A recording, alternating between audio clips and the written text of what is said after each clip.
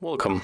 If you want to transfer data from Android smartphone to your Samsung Galaxy Note 20 Ultra, for the first you have to get the application to transfer data. So I can recommend you the application named CLONEit. So let's go for the Play Store, tap on the search pool and type here CLONEit. You have to get this application on the both smartphones. And when you get it, just open it.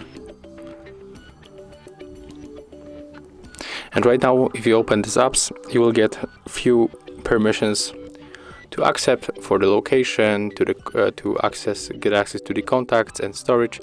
You have to accept all of them, and then you will be able to click sender here on your Android phone and receiver on Samsung Galaxy Note 20 Ultra. Click send again. Now just wait until they find each other. And right now we have to click on this Android share icon, and we have two ways to connect.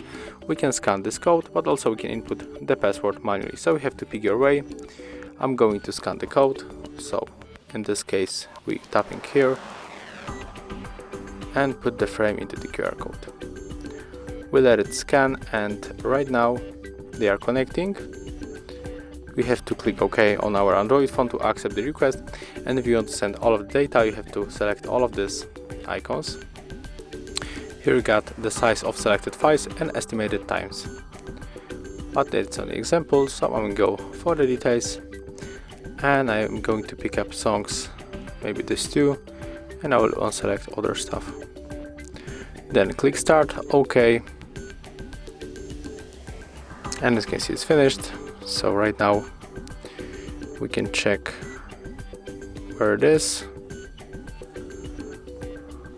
So it will be probably here in the files, in the audio. And I think it will be in the downloads. And yes, here it is. So as you can see, that's how we can transfer files from Android smartphone to your Samsung Galaxy Note 20 Ultra. Thank you guys for watching. Leave thumbs ups, comments, and subscribe to our channel.